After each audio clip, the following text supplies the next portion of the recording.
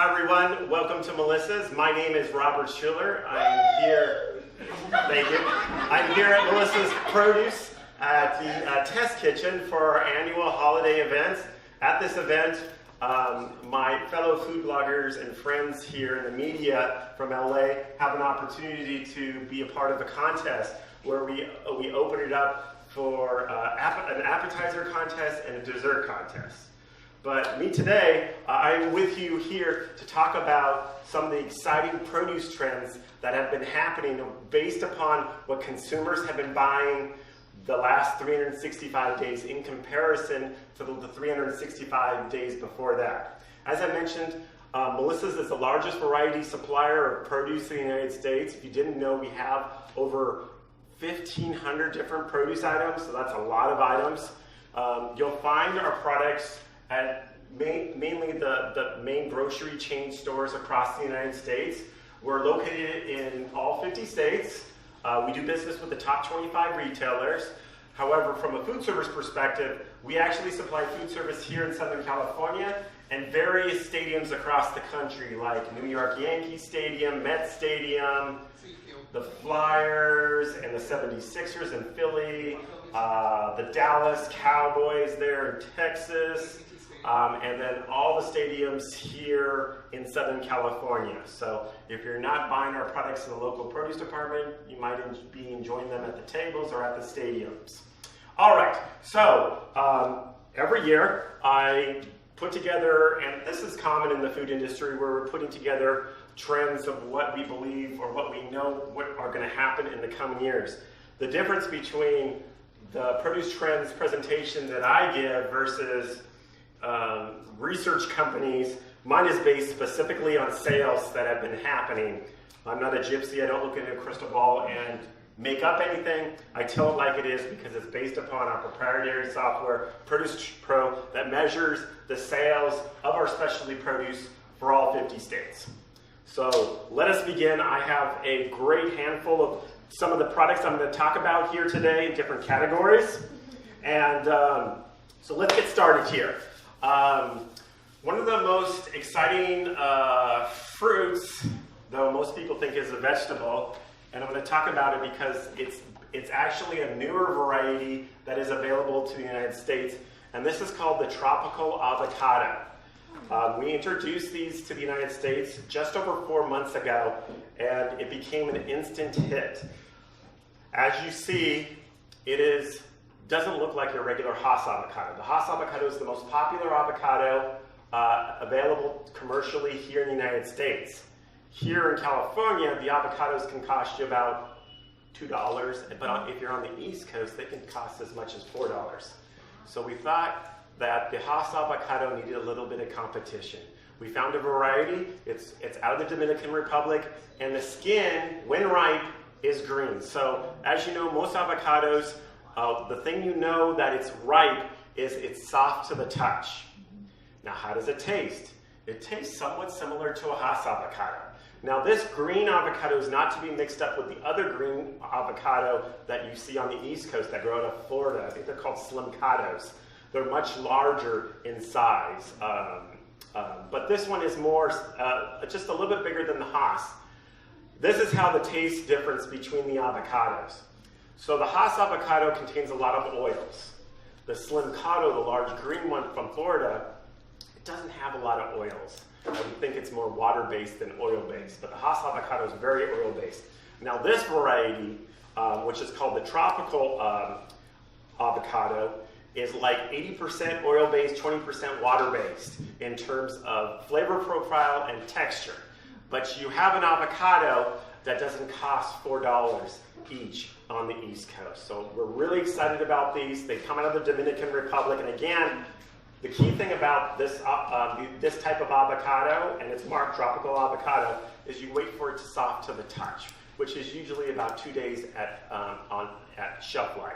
You never want to put this fruit into the refrigerator because it will never fully ripen. And that goes for any avocados. So we're excited, and we're going to see a lot of big things happen with that variety in the year to come.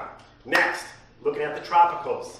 Believe it or not, the star fruit have become significantly more popular. It's also referred to as the carambola But the reason why it's called a star fruit is pretty obvious. It's a fruit, when you cut it, it grows naturally. It's not genetically modified or grown in a plastic container to go this. This is what the fruits look like. These are actually from Florida, and they're available year-round. So the availability of them having availability year-round is a key to why they become so popular. But now they're being used as, just most recently, I've seen these, people have made like a fruit platter, like a Christmas tree, and made the stars on it. So not only does it taste good, but it's also ornamental. The taste is very different. It's not like a sweet fruit or anything like that from someone who's never had that. The whole thing is completely edible. All you have to do is wash off like you do all fruits and vegetables, and then cut it. Even the seeds that are on the inside are not hard. You can eat right through them. I always refer to it as that it has the flavor of a mild kiwi, but has more of the texture like watermelon, right? It's somewhere in between there. The key for these star fruit to ripen is that they turn yellow, but the main thing is, though they may have a little bit of green to them, is that the edges turn black and the fruit is fragrant. And that's when you know a star fruit is ripe and ready to go. Now, also a very seasonal fruit that is available to us and extremely popular are the butterscotch pears.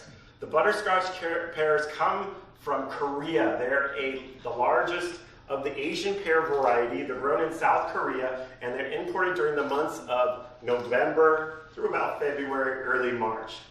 The desirable trait about this is, even though it is in the shape of an apple, it is yellow-brown in color, has a very thin skin, has a very small core. It crunches like an apple, but it's actually in the pear family.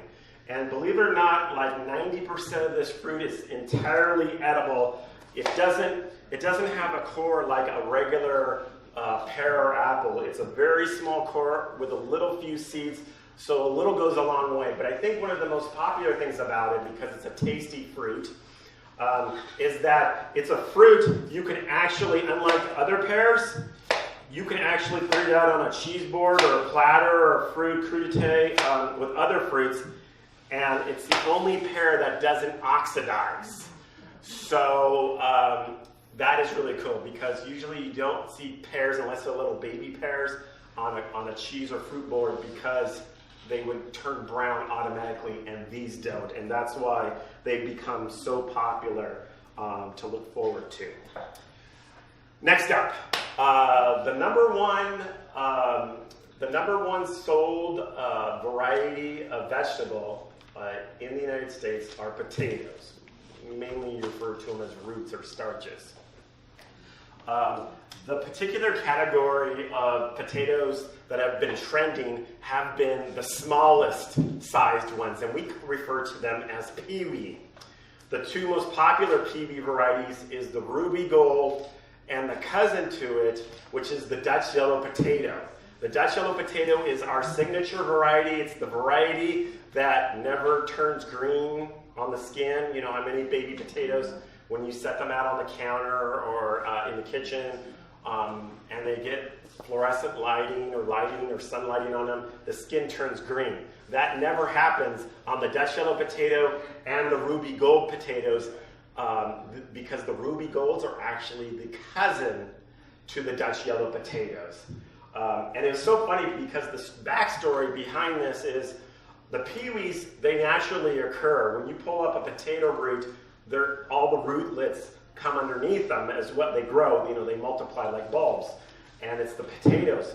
Well, 15 years ago, they didn't allow this Peewee grade because it was too small to ship. There's a grading process in it, and they said, these are no good, they're duds, and they were thrown away, or actually they were kind of recycled and made into mulch and whatnot. But the neat thing about the Peewee potatoes, now that they're allowed and they're in this size, you don't have to cut them. You just do what you do with regular potatoes. You wash them, you don't have to skin them, and of course the cooking time's even faster the smaller the potatoes. So the Peewee potatoes is the trend here, and it has a lot to do with the convenience and shorter cooking times. Now, continuing on in the convenience trends, is this coconut right here. This is one of the things, the reason why this one's trending so much is because it's the coconut that's available organically on a year-round basis. We get them from Thailand. This is the sweet young variety, but it looks a little different. Why? Because they shaved off the top and put this this knob on the top of it. I'm going to show everyone because this is actually a newer product in produce departments across the country. Now you can finally go into the store, buy a coconut, and literally start drinking it before you make it to your car. Usually, when someone buys a coconut, you have to bring it home and it becomes a science project in your garage with the hammer and a chainsaw or whatever you need to open these up. Now, the sweet young coconuts are desired for their water. If you do make your way in, if you have a good chef knife or a machete, and you do make your way in, there is flesh on the inside, but on the young coconuts, it's like pudding on the inside. The meat has not fully developed, so it's like coconut pudding on the inside. But most of the time, the young coconuts are enjoyed for their water. I'm going to show you how fast, after you purchase your coconut, how fast it is to enjoy these. So, you have to read the green tab right here, and you have to say, and there's a little thing right here that says pull safety lock. That takes off the lock. Now you're able to, it says pull, then press. So you push down right there, and then you peel. There's a little sticker right here. You peel off the sticker. You take the straw. Yes, you leave it in because you're pushing down the mechanism that breaches between the skin, the flesh, and the water. And there you go. Delicious. I can drink about 2 or 3 of those a day. That's probably why I don't drink coffee. So they give you natural energy. Well, that's what I believe anyway. So you guys can attest to that since I don't drink coffee. Okay, what else? Let's continue on to this convenience line. And one of the things that Melissa's known for 15 years ago is when we started bringing in the peeled beets, baby beets. This became an instant success for consumers across the United States because it was a product that was steamed and ready to go, that didn't have to add preservative or anything like that, or put into a can, not tasting, you know, how those canned beets taste really funny and they don't have texture to them. And so this has been an instant success. Since then, we've developed over 10 other varieties. We even do the beets gold. We even do the beets organically, and that is where the trend is going, because when you can save a consumer about 30 to 40 minutes in the kitchen when you would cook a beet and the messiness that goes along that, we know we have something there. Believe it or not, the #1 specialty item in the month of December, we sell 95 or 97% of black-eyed peas during the 1 month of December. We've been doing the steamed black-eyed peas, which all of you will get to today, because there's only one reason why people get black-eyed peas in December, because on New Year's Day, Southern tradition says you eat your black-eyed peas on that New Year's Day. There's a whole backstory about the Civil War and how many of the people who were fighting had to eat black-eyed peas on the fields because they would go days and nights without food, but they had black-eyed peas. But that's kind of the backstory. It's a Southern tradition, and believe it or not, the #1 specialty item sold in December every year for the last 10 years straight. So, okay, continuing on trends and convenience, and you guys are going to be the first ones to try these out. I've been talking about the jackfruit. This is the big white elephant in the room here. The jackfruit has become a success, and I'm going to give you the backstory on this. So Melissa's has carried jackfruit for over 25, 30 years now, longer than I've been here. I've been here, Melissa's for 23 years. And I remember looking at this fruit when I first started working here 23 years ago and saying, nobody's going to buy this. But apparently there was a small market where the Asian markets wanted to, and we would only sell a few cases a week. But about 4 or 5 years ago, vegetarians and vegans started finding out what to do with this fruit. I'm going to tell you now, it is a tough fruit to break open, plus you have a lot of meat. But I am introducing to you guys the first of jackfruit pods, the fruits that are ready to go in the package, and it's a perfect serving for 2, maybe 3 people. So this is an 8-ounce unit there, and I know it's gonna be very popular because of the trends that have been with jackfruit, and especially for those who don't have a family of like 20, this fruit can be bought every day in your local produce department. So look for it. It's the fresh jackfruit pods. It does not have the seeds, which you can use when cooking in its raw form, but you need to cook with them. And it doesn't have the fibers either. It has the fruit, so you can either enjoy the fruit straight out of hand, literally out of the package. You don't even have to leave the store. Probably want to buy it first before that. But, and it doesn't have the fibers, which a lot of people might want to use the fibers in there to make it a little bit more chewy, but this is just the fruit pods of the fruit. So convenience, again, is a huge factor in produce trends. Next up, let's talk. Going along with that, we have 2 other new products as well in the same package. This is jicama mandolined into what looks like tortillas, and we call them jicama wraps. So they're actually perfect little tortillas that you can use or wrap any fruits or vegetables. You can make a street taco and make it completely vegan, vegetarian, and gluten-free because the only ingredient here is jicama. So look for those in 2020, starting in about the first week. And then finally, with convenience and Latin foods, jicama is a very Latin food, but over the years has really been a cross-cultural ingredient. In Asian dishes, jicama has been used as a substitute for water chestnuts, and you see the jicama on most salad bars now as well. Another very popular Latin ingredient, but an ingredient that most people who work with it don't like working with it, and it's called cactus leaves or nopals. We actually make it one step easier where you can find it diced and ready to go or whole, depending on how you would like to use it in your dish. So can you imagine finally not worrying about getting spines in your fingers there? So that is what the whole ones look like. And there looks to be about 5 of them into a package. So really you just have to chop them up or however you're going to cook it. Or even have it one step further and it's already diced and ready to go depending on your applications. So you'll start seeing these 2 products as well as the jicama wraps at the first week in 2020 as well. And we're very excited about those as well. All right, moving on, I want to talk to you about a couple other fruits and vegetables because I know I'm going to be running out of time in a little bit. And first I'm going to start with the trend of who knows out there, what is the #1 fruit in the world? Mangoes. Very good.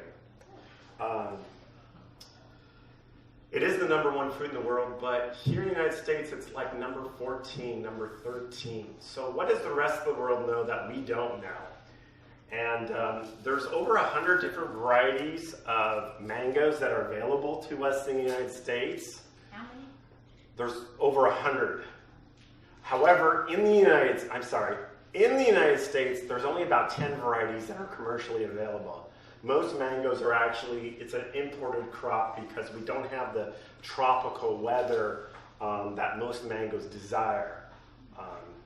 However, there is a small crop during the summer months of a California crop that comes out of the desert down by Coachella, the Salton Sea in that area, Palm Springs area, that thrive in the heat area. This is an area where it's like 100 degrees during the day and about 120 during the day and about 100 degrees at night. So those particular mangoes called the green keat, the green skin ones, are vine ripened. And that's what I'm trying to get to here.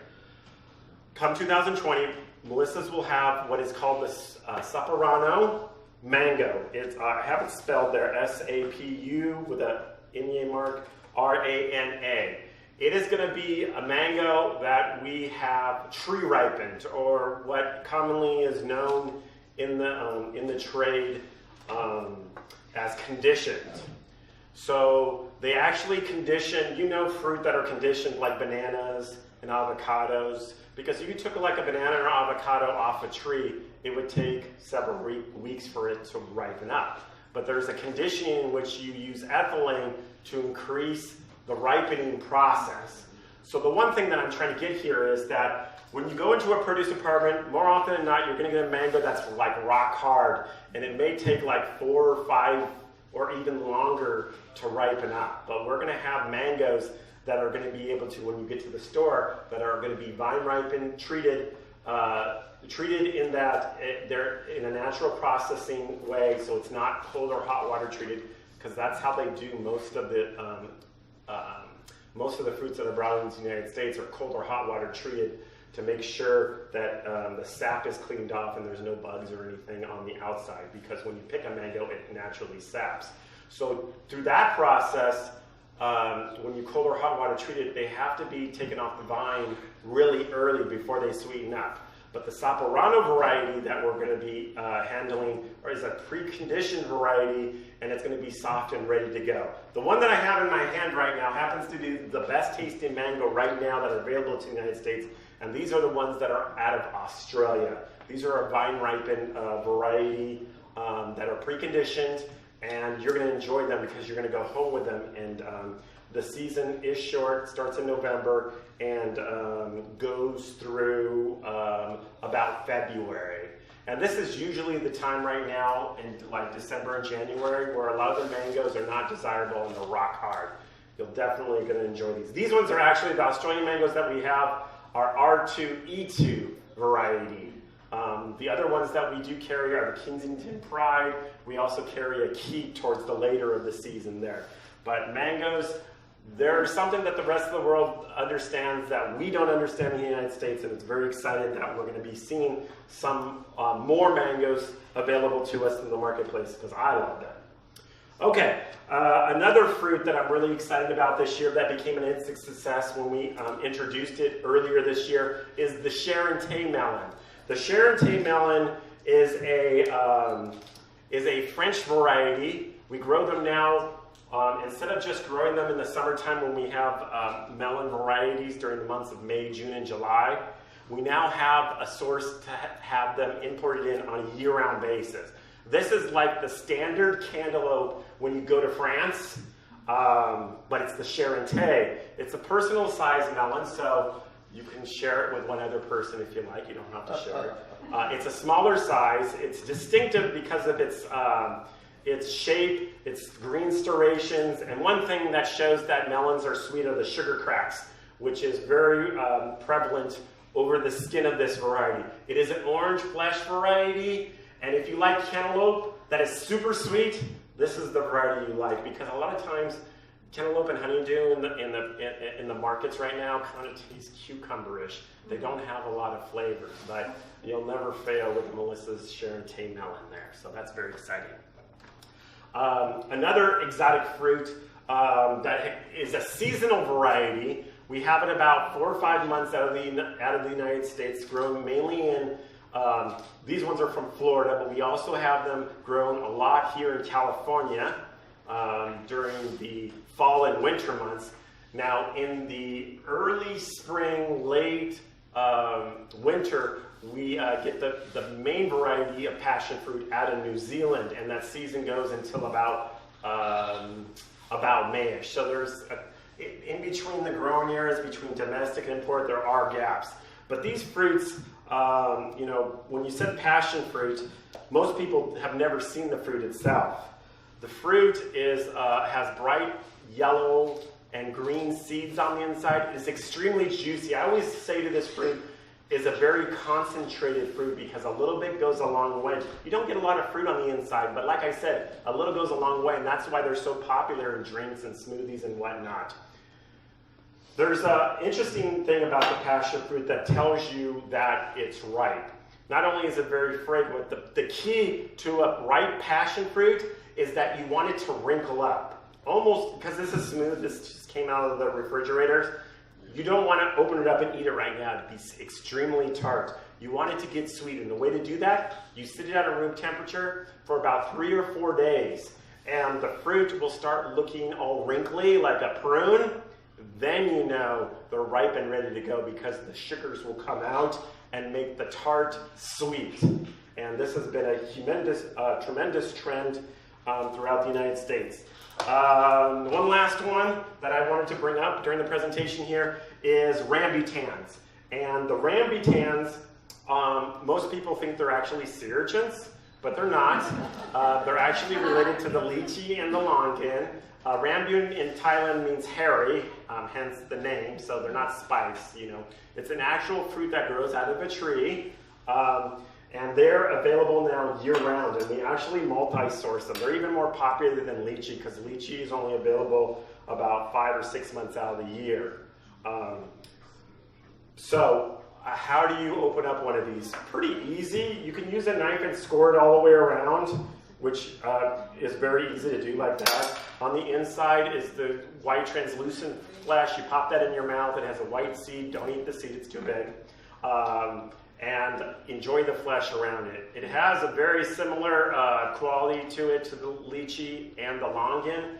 And it's just a fruit you can put out on a cheese board or a fruit plate. It's very elegant. I've also seen like chefs work with it in restaurants where they make a dessert when they score it in half here. So they use the exterior as a shell or a tasting, or like a little amuse-bouche or something like that. Very small dessert. But I've seen it before. So anyway, this fruit is available year-round. And don't be scared. These fruits are actually not only really tasty, but you'd be surprised of the, especially in the exotic fruit category, how sweet and flavorful they are and the health benefits that come along with them. Well, thank you everyone for being here, and I hope you learned a little bit more.